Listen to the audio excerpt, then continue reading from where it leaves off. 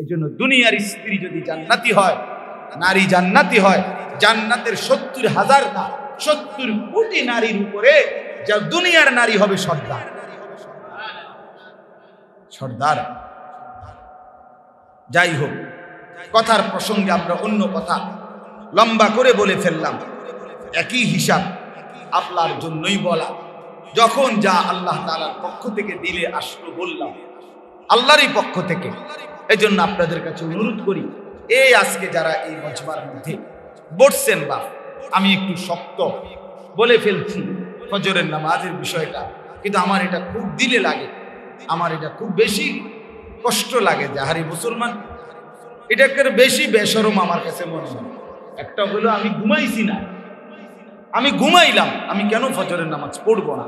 সকালবেলা একটা মানুষের অফিস থাকে না, দোকান থাকে না, কোনো কারণ নাই, মানে ব্যস্ততার কোনো অজুহাত ফজরের নামাজের সময় আছে কি ভাইয়া? ফজরের নামাজের ওয়াক্তে কার কার অফিস করে, কোন কোন ব্যাংক করে ফজরের ওয়াক্তে একটা ঠিক ফজরের টাইমে আপনি দোকান খুলতে হইব, এটা এমন জরুরি কাজ। তাহলে আপনি কোন গাছটা কাটেন ফজরের সময়? ঘুমটা ছাড়া। আর সেই ঘুমটা তো আপনি গেলেনি, এমন তো না যে আমি ঘুমাইছি না, আমি তো 3 ঘন্টা 4 ঘন্টা 5 ঘন্টা হলো ঘুমাইছি, তার অসুবিধাটা বলেন? ইনশাআল্লাহ ফজরের নামাজ পড়বো ইনশাআল্লাহ। সবাই বলছেন নি দিল থেকে? ইউটিউবাররা কইছুনি, এই ইব্রাহিম বলছুনি কিটা কইছো? ফজরের নামাজ পড়বো ইনশাআল্লাহ। আল্লাহ তৌফিক দান। কেবল এইগুলো লইয়া আসলে কাম হবে না যদি আখিরাত না হয়, যদি আখিরাত না হয়। এজন্য আমরা প্রত্যেকে ইনশাআল্লাহ 2টা আয়াতের তরজমা শুনাই। আল্লাহ তাআলা মুসলমানদের উপরে হজ আল্লাহ তাআলা ফরজ করেছেন আল্লাহর ঘর কাবাকে কেন্দ্র করে। এই কাবার চমৎকার কয়েকটা বৈশিষ্ট্য আল্লাহ তাআলা এখানে, আমি যে 2টা আয়াত পড়ছি সেই 2 আয়াতের প্রথম এবং দ্বিতীয় আয়াতে পড়ছেন। এরপরে আল্লাহ তাআলা হজ্জের কথা গুরুত্ব উল্লেখ করছেন। আমি শুধু আপনাদের কাছে উৎসাহের জন্য এই কথাটাই বলে শেষ করব। আল্লাহ তাআলা হজ একজন মুসলমানের উপরে ফরজ করেছেন। মনে রাখবেন, এখন হজ্জের মৌসুম, আর হজ হলো একজন মুমিন বান্দার হৃদয়ের, আশেক দিলের, মহব্বতওয়ালা অন্তরের সবচেয়ে চূড়ান্ত বহিঃপ্রকাশ আল্লাহর ঘরের হজ। যে বান্দা আল্লাহর ঘরে হজ করে, এটা প্রমাণ করে সে আল্লাহকে, রসুলকে সত্যিকারী বাস্তবিক অর্থে সবচেয়ে বেশি ভালোবাসে। কোন মুমিন বান্দার ভালোবাসার সর্বোচ্চ বহিঃপ্রকাশ হজ। এজন্য হজকে আশেকানা ইবাদত বলে, মহব্বতওয়ালা ইবাদত। হজ শুধুই ভালোবাসা, হজ পুরাটাই ইশক, হজ পুরাটাই মহব্বত, হজ পুরাটাই আল্লাহর ঘরে মাহবুবের তালাশে, রব্বে কারীমের মহব্বতে আল্লাহর তালাশে ঘুরাগাড়ি। এই হাজী সাহেব কি করে? হজ করে মানে কি করে? একবার কাবা ঘরের চারদিকে ঘুরে, কি ঘুরে? বন্ধুকে খুঁজি, মাহবুবকে তালাশ করি। ওই কি আমরা একটু আগে দেখলাম কাবা ঘরে, আমি তখন আবার এনে কিতা ভাই সাফা মারোয়া সাই করতেছি কেন? এনে আবার হাঁটেন কা? বন্ধুকে খুঁজি, মাহবুবকে তালাশ করছি। এবার দেখলাম বেটারে মক্কায়, এখন আবার দেখি 8 তারিখ সে বসে রয়েছে মিনায়, কি আপনি এনে কিতা? বন্ধুকে তালাশ করছি, মাহবুবকে খুঁজি। আবার দেখি আরাফা, সেখানে সে মাহবুবকে তালাশ করে। আবার মুজদালিফা, সারা রাত সে বন্ধুকে তালাশ করে। আবার মিনা, আবার কাবা, আবার সাফা, আবার মারওয়া, আবার কুরবানির জায়গা। এ শুধু ছুটছে তো ছুটছে, ছুটতেছে ছুটতেছে, ঘুরতেছে, তালাশ করছে পরম প্রিয় আল্লাহকে, মাহবুবকে, বন্ধুকে। আর আল্লাহ তাআলাও যেন ঘুরাইতেছে, মুচকি হাসতেছে। আল্লাহ বলে ঘুরতে থাকো, আমি মুছতে থাকি। বলে কি মুছবেন? তোমার গুনাহ শেষ, আমি আল্লাহর মাগফিরাত করা শেষ। এখন কি হলো? এখন রাজাআকা ইয়াউমিন ওয়ালাদাতহু উম্মু, মায়ের পেট থেকে নতুন বাচ্চা যেরকম নিষ্পাপ বের হলো, তোমারে ঘুরতে ঘুরতে সাফ কইরা পরিষ্কার কইরা গুনাহ থেকে পবিত্র করে মাসুম নিষ্পাপ মায়ের পেটের বাচ্চার মতো বানানো হয়েছে। আমার বাসায় ওয়াশিং মেশিন আছে, কাপড় ধোয়ার মেশিন। এটার মধ্যে কাপড় দিলে এটা অনেকক্ষণ এমনি ঘুরে একটা ছোট ছোট আওয়াজ ঘুরতেছে ঘুরতে, আমি এটা বুঝছি এইটাই ঘুরে, মানে ঘুরতে ঘুরতে এটাও ঘুরে 10 মিনিটের ব্যবধানে টাইম সেটিং করা আছে। তো এটা ঘুরতে ঘুরতে সাফ হয়, যখন বের হয় একদম পরিষ্কার হয়ে যাবে। রব্বুল আলামিন বলে, বান্দা আসো আমার কাছে, তোমাকে কিছুক্ষণ ঘুরাবো। একবার কাবার কাছে, একবার সাফা মারওয়ায়, একবার মিনায়, একবার আরাফায়, একবার মুজদালিফায়, আরেকবার মিনায়, এভাবে ঘুরাবো। ঘুরতে ঘুরতে ওয়াশিং মেশিন দিয়ে সাফ করে মাসুম নিষ্পাপ পবিত্র গুনাহমুক্ত বানায় বাচ্চা। কি ফাজাইলে হজ্জের মধ্যে আছে, সাহাবীদের জামানায় কোনো ব্যক্তি যদি হজ শেষ করতেন, হযরত ওমরের মতো সাহাবী বলতেন, তুমি আবার জিন্দেগি নতুন করে শুরু করো, তোমার পেছনটা মাফ। আমি একবার মক্কা থেকে হজের পরে মদিনায় গেছি। মদিনার এক আলেম, আরবীয় আলেম, এই মুসাফা করার পরে বলছে, মানে জিজ্ঞাসা করছে, মক্কা থেকে আসছেন? জি হযরত। আহলান সাহলান মারহাবা ইয়া মান ওয়ালাদাতহু উম্মু। উনি আমাকে বলছে যে ধন্যবাদ আপনাকে, যাকে তার মা সদ্য প্রসব করল। অর্থ কি বুঝাইলো? মানে হজ করিলেন যেন আপনি সদ্যজাত সন্তানের মতো বুঝলেন। ওই যে আমার এরশাদ ভাই আছে, এই মাত্র আল্লাহর ঘর থেকে আসছে। কয়দিন হয়েছে এরশাদ ভাই? দাঁড়ান না, এই যে উমরা করে আসছে, এই 2 দিন আগে আসছে। মাশাআল্লাহ, আল্লাহ কবুল করেন। আবার হজে যাওয়ার জন্য চেষ্টা করতেছে, মানে একবার আসি আবার যাওয়ার, আবার আসি আবার যাওয়ার, আবার যাবে কখন মাওলার ঘর, আবার দেখবে কখন বন্ধুর ঘর, আবার কখন দেখবে রসুলের রওজা, আবার কখন দেখবে মদিনা।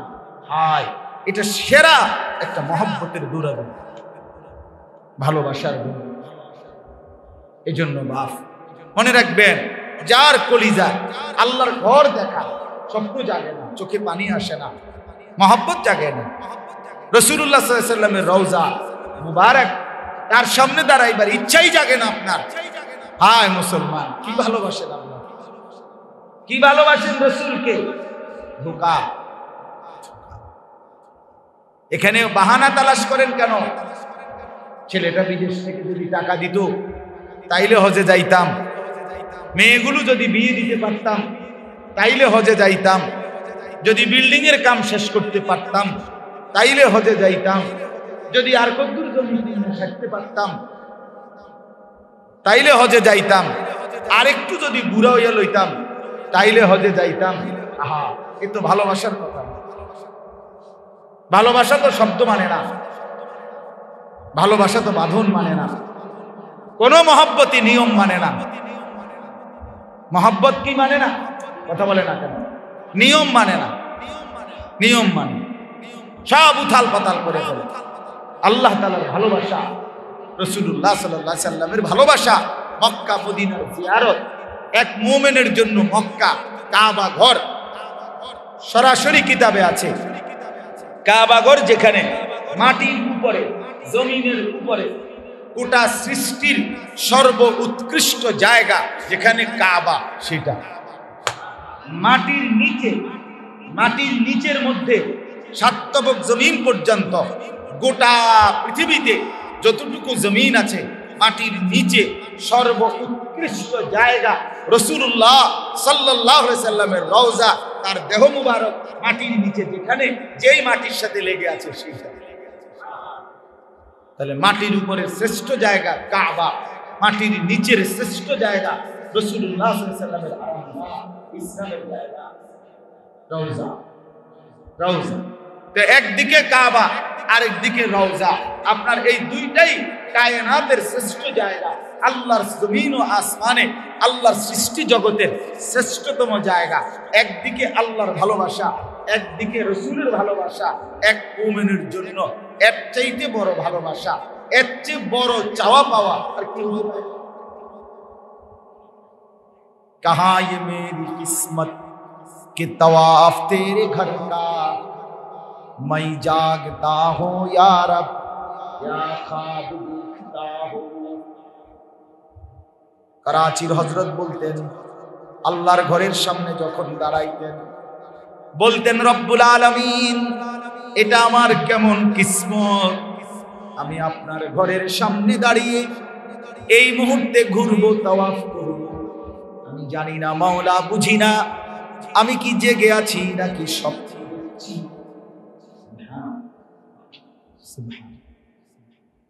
রাসূলুল্লাহ সাল্লাল্লাহু আলাইহি ওয়াসাল্লামের রওজা ঘরের সামনে দাঁড়িয়ে কত সাধারণ থেকে সাধারণ মানুষ নবীর দুয়ারে দাঁড়িয়ে চোখের পানি ফেলে মাফ চাইছে, বিনিময়ে আল্লাহ তাআলা তাকে পুরা মাফ করে দিয়েছে। এই জন্য চলেন, আজকে এটাও বললাম, হজের এই পবিত্র মাসে এখানে কোনো নিয়ম দেখাইলে হবে না। হজ ফরজ হওয়ার জন্য ছেলে বিয়ে দেওয়া, মেয়ে বিয়ে দেওয়া, খুদ বিদেশ পাঠানো, বাড়িতে বিল্ডিং করা, আরেকটু বুড়া হওয়া, হ্যাঁ খোদার কসম, আল্লাহর কসম, এটা হজ ফরজ হওয়ার সাথে কোনোই সম্পৃক্ততা নাই। এগুলো যারা বলে, যারা শিখায়, এরা ইবলিসে শিখাইছে, শয়তানে শিখাইছে। শয়তান আমনের বলছে, আমনের লোকে বুড়া শয়তান লাগছে। আমনে যেমন বয়স্ক, আমনের শয়তানটাও লাগছে আমনের লোকে বুড়া।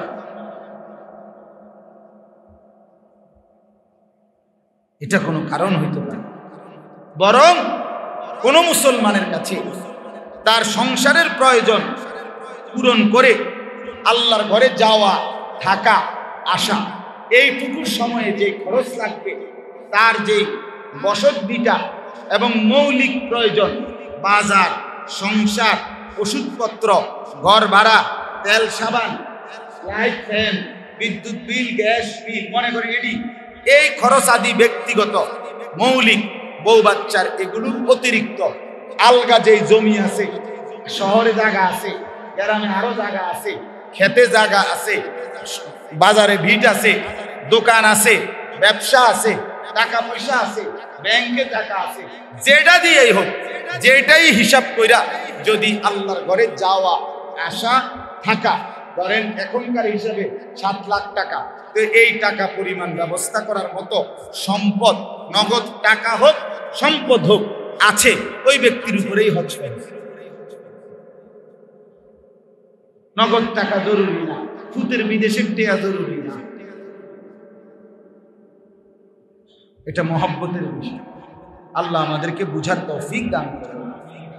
হাই মুসলমান, এমনি আল্লাহকে ভালোবাসে, এমনি নবী সাল্লাল্লাহু আলাইহি সাল্লামের ভালোবাসা লইয়া কার্যও করে, এতে সুন্নি, এতে ওয়াহাবি, এদের মধ্যে নবীর প্রেম আছে, এদের মধ্যে নবীর প্রেম নাই। কেমনে বুঝছেন?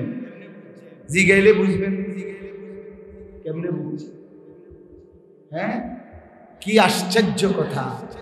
ভালোবাসা বুঝি জিলাপি, বিরিয়ানি, খিচুড়ি, এর দ্বারাই ভালোবাসা হয় না? খানা দানা দিয়া হিসাব।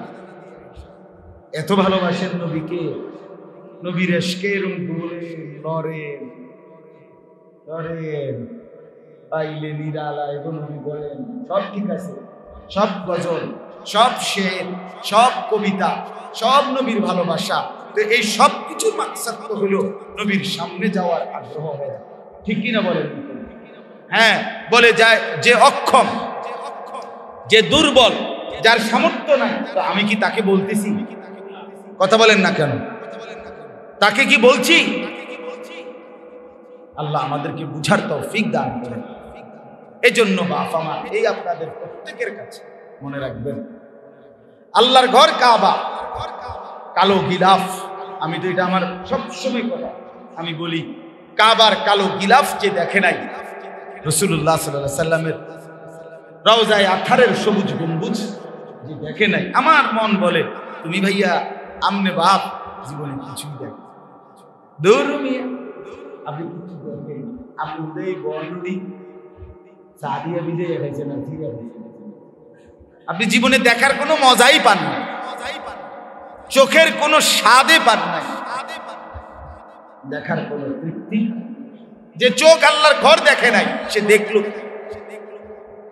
যে চোখ রাসূলের রওজার সামনে দাঁড়াইতে পারলো না সে দাঁড়াইলো, সে দেখলো কি? হ্যাঁ, আল্লাহ আমাদেরকে তৌফিক দান করুন। নিয়ত করেন, দিল থেকে নিয়ত করেন, দিল থেকে নিয়ত করেন। রাতের আধারে আল্লাহকে চোখের পানি ফেলে বলেন, মাওলা আজ কতদিন আপনাকে সিজদা করি, প্রতিদিন 5 ওয়াক্ত নামাজ পড়ি, আর বারবার বলি মুতাওয়াজ্জিহান ইলা জিহাতিল কাবা, কাবার দিকে ফিরে নামাজ পড়ছি, এভাবে আর বলে যাব কতদিন? আমি কি কাবার সামনে? আপনি কি আমারে নিবেন না? আচ্ছা, এটা যখন বলে কোনো বান্দা বলবে, ওই মালিক কেমনে শুনবে? তিনি তো আরহামুর রাহিমিন। উনি বলবে আরে কয় কি রে, কথাটা কেমনে ফেস দিল আমার বান্দা, আমারে কেমনে বেড়ায় দিল। আমরা তো পড়ছি আগের দিনের নেককার বান্দারা, সাধারণ মানুষ আল্লাহর কাছে দোয়া করে করে বলতেন, আল্লাহ আপনার ঘরের হাজী সাহেবের গুড়ের পুতলার লগে কত পিঁপড়া আপনার ঘরে পৌঁছে গেছে, আপনার ঘরে গেছে কাবা, পিঁপড়া গুড়ের লগে, আমি মাওলা যাব না, আমার আপনি নিবেন না? আচ্ছা, এটা বললে মালিক সইবে না? আল্লাহ বলবে আরে কও কি, তোরেই তো নেব, তোরেই তো নেব। কোনো বাচ্চা যখন কাঁদে, মা বাপ যখন বাইরে বের হইতে চায়, সে কেমনে ফেলে রাখে? তখন ফেলে যায়। আল্লাহ আমাদেরকে বুঝ দেন। চলেন শেষ কথা, ইন্না আউয়ালা বাইতিন বুদিআ লিন-নাস, আল্লাহ বিল্ডিং যেটা বা মাটির ঘর যেটা, এটা আপনি দেখবেন, এটা পরে কি তো এই জিনিসটা দেখলাম না জীবনে, দেখলাম বুঝছেন না? তো ইন্না আউয়ালা বাইতিন, আল্লাহ বলে কাবা প্রথম ঘর, এটা তার বৈশিষ্ট্য। 2 বুদিআ লিন-নাস, কাবার দ্বিতীয় বৈশিষ্ট্য, এটা বানানোই হয়েছে মানুষের জন্য। তো মানুষ যাবে না তো কি করবে? বানানোই হচ্ছে তোমার জন্য, তুমি আসবে না তো কে আসবে? বান্দা, তোমাদের জন্যই তো বানাইছি এটা। আল্লাহ বলেন লাল্লাযী বিবাক্কা, 3 নাম্বার বৈশিষ্ট্য, কাবা শুধুই কেবল মক্কাতেই অবস্থিত, অন্য কোথাও এর চাইতে দামি বিল্ডিং, এর চাইতে দামি কালো গিলাফ অন্য কোনো ভবনে দিলে হবে না। মক্কার যেই কাবা সেখানেই তোমাকে যেতে হবে, ওইটাই কাবা। হ্যাঁ, এই জন্যই আব্রাহা কাবার নকল করে ইয়ামানে একটা বানাইছিল বিল্ডিং, তো কুরাইশের এক লোক গিয়ে রাত গভীরে এনে পেশাব পায়,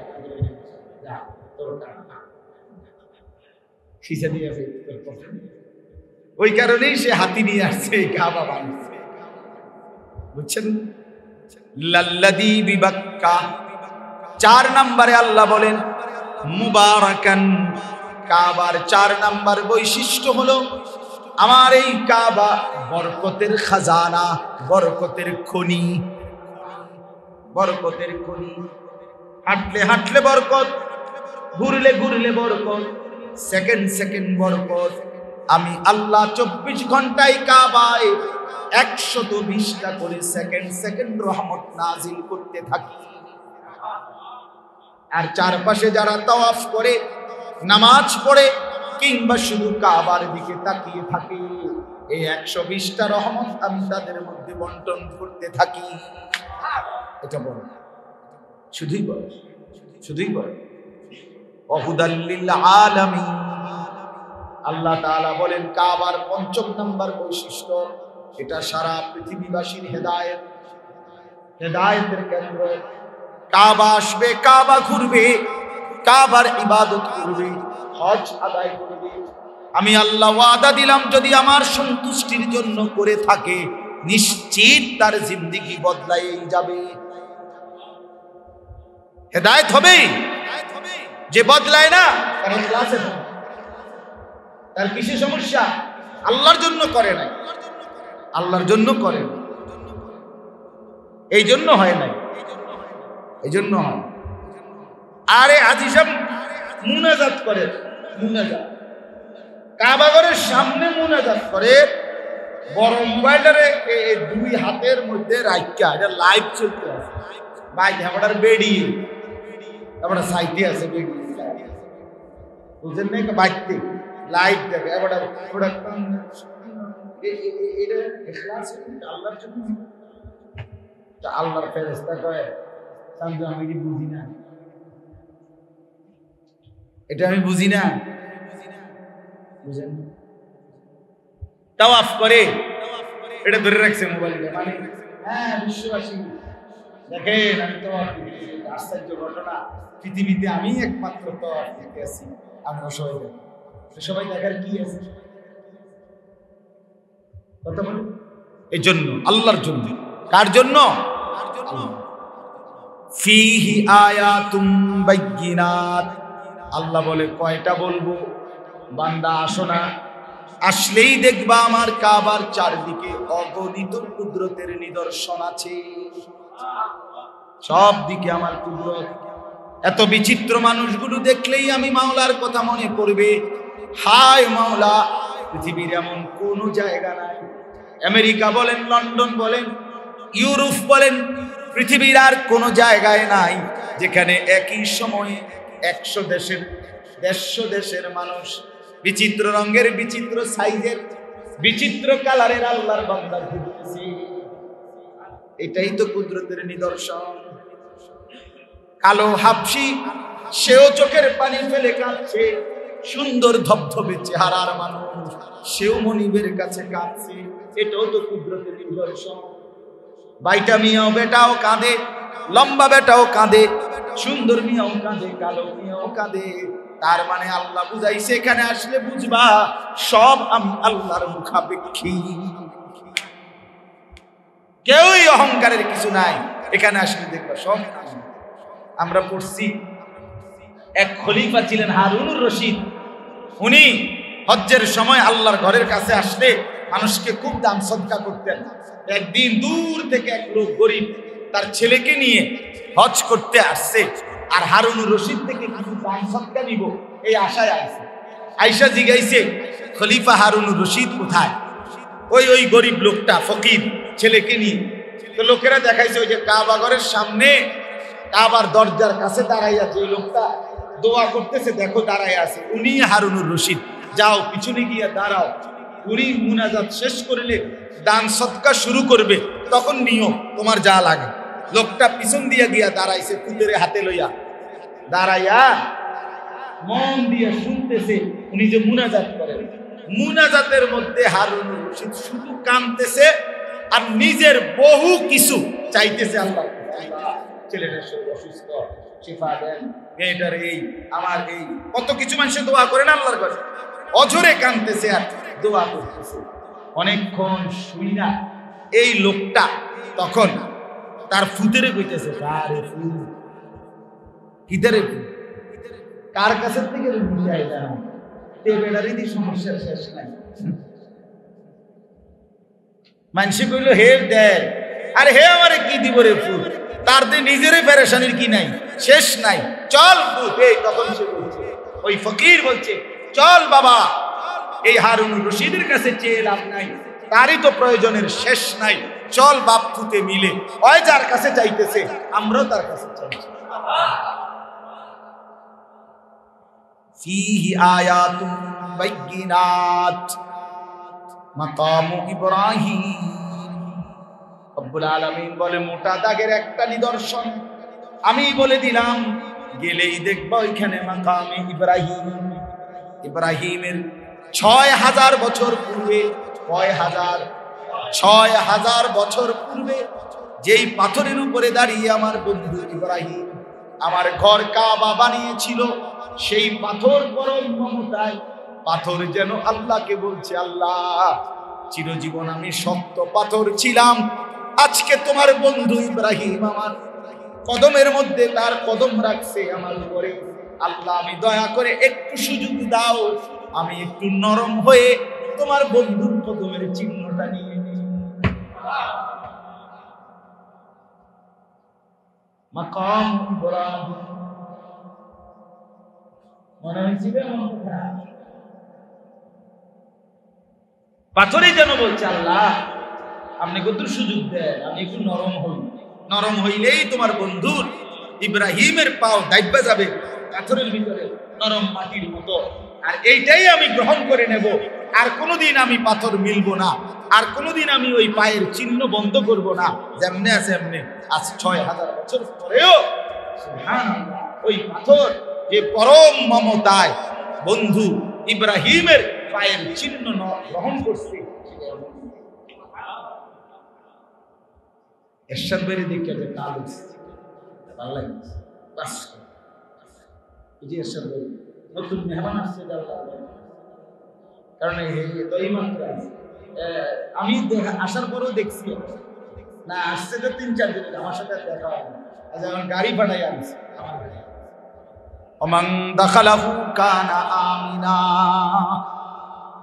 শেষ কথা হলো রব্বুল আলামিন বলে, বান্দা শুনে নাও পৃথিবীবাসী, আমার ঘর কাবা এমন ঘর, এই ঘরে যে আসবে মানুষ কিংবা জীবজন্তু, পিঁপড়া কিংবা ইঁদুর কিংবা বিড়াল, ছোট্ট থেকে ছোট্ট কোনো প্রাণী, বড় থেকে বড় কোনো মানুষ, সব এক কথাই নিরাপদ হয়ে যাবে। কানা আমিনা, যে আসবে সেই নিরাপদ। কোথায়?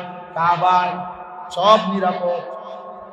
এক বিড়াল রে কাবা ঘরের শহরের দিকে, আমি একদিন আপনার একটু বন আর মুরগি, বাজিওয়ালা মুরগি এই একটু দিছিলাম খাইতে, বিড়াল একটারে, সাথে সাথে পুলিশ আইছে, আইয়া কইতেছে, জি আদাম আমি নো, এটা নিষেধ, এখানে তো সে বিড়ালটা ঠোঁট লাগবে লোকটার মধ্যে এখন খাইতে গেলে, তো এটা তো পরবর্তীতে কেউ সেজদা দিবে, তো তার সেজদার সমস্যা হবে, তো তাড়াতাড়ি ক্লিনার আনছে, সাফাই করে যে পুলিশ এরা আইনা বিড়ালটারে এই পুলিশ আমি নিজে চাই রয়েছে, কোনো গুতা দিছে না, খোঁচাও দিছে না, শুধু এটা বলছে আল্লাহ সোরা বিড়াল এটারে, ওমা বিড়াল মাশাআল্লাহ, বিড়াল আগে থেকে করছে, সে আরবি জানে,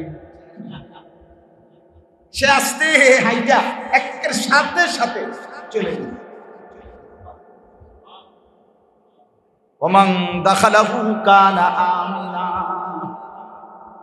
বিড়াল বলে, আমি মনিবের ঘরের কাছে, পুলিশ তোর বাপের ক্ষমতা নাই আমার নিরাপত্তায় আঘাত করবি, আমি আসমানওয়ালার পক্ষ থেকে নিরাপদ হয়ে আছি। ওয়ালিল্লাহি আলান নাসি হিজ্জুল বাইতি মান ইসতাতা ইলাইহি সাবিলা। এবার আল্লাহ বলেন, এতগুলো বৈশিষ্ট্য, যেই কাবার বললাম এটা প্রথম ঘর, এটা মানুষের জন্য, এটা মক্কাতেই, এটা বরকতের খাজানা, এটা হেদায়েতের কেন্দ্র, এটা স্পষ্ট নিদর্শনওয়ালা, এখানে মাকামে ইব্রাহিম, এখানে যে আসে সেই নিরাপদ। এত কিছু কেন বললাম বান্দা? কারণ এই ঘরকে কেন্দ্র করে আমি আল্লাহ সামর্থ্যবানদের জন্য আমার ঘরের জিয়ারত, আমার সন্তুষ্টির জন্য হজটাকে এখানেই আমি ফরজ করে দিলাম। এত উত্তম জায়গায় হজ করতে কয়টা টাকা খরচ করে আসবা? কেন আসবা না বান্দা? এতগুলো নিয়ামত কি পাবা না? কথা বলেন না। এইবার শেষ কথা বলে আল্লাহ বলেন, ওমান কাফারা ফাইন্নাল্লাহা গানিয়ুন আনিল আলামিন। এত ভাবে বুঝায় বলার পরেও, এত বৈশিষ্ট্য, এত মর্যাদা বলার পরেও, হজ ফরজ করেছি এটা বলার পরেও যে অবজ্ঞা করলা, ওমান কাফারা, অবজ্ঞা করলা, আরে রাহো হজ বাদ খাইতে বাদ পাই না, আসেনি এমন দিয়া কথা বলেন না হুজুর, আপনার ঘর কিটা